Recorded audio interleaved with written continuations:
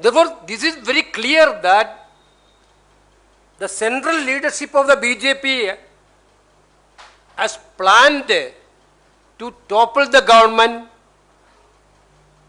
by horse trading, by hook or crook. In that way, they use this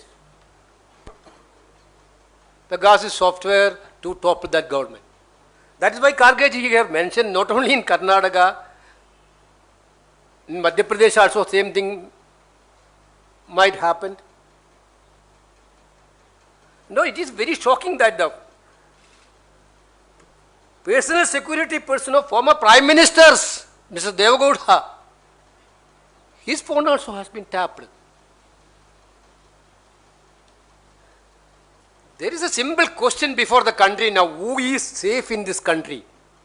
As far as his personal, everybody has to be careful in this country nowadays.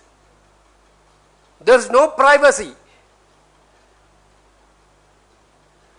Our union government can enter into anybody's kitchen now.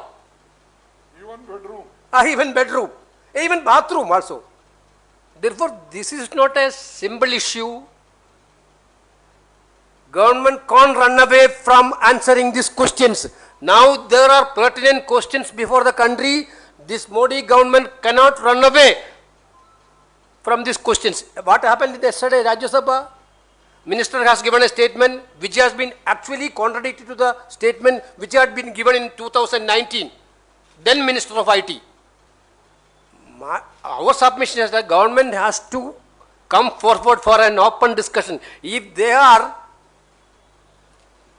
thinking that there is no guilty in this part, in their part,